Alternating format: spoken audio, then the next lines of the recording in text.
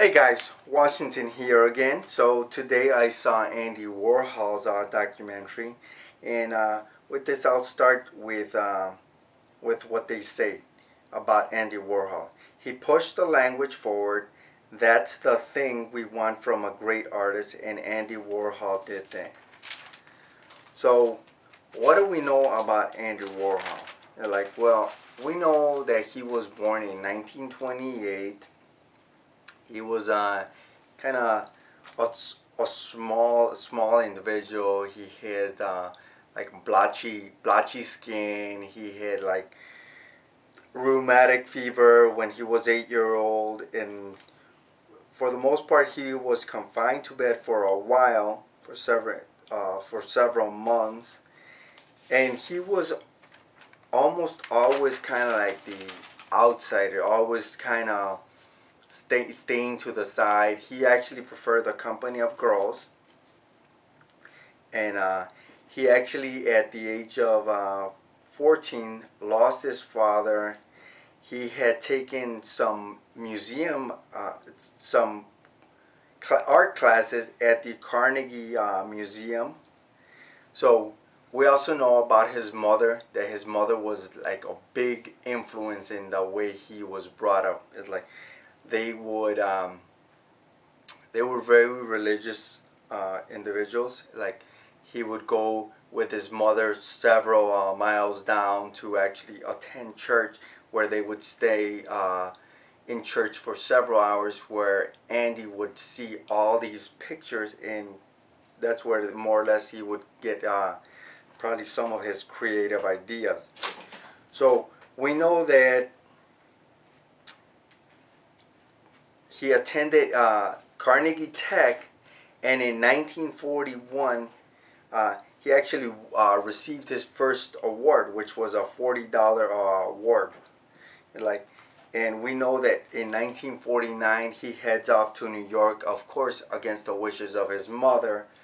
And for the most part, Andy actually had a really rough time selling his art. He couldn't get it. Like over the years, he became a really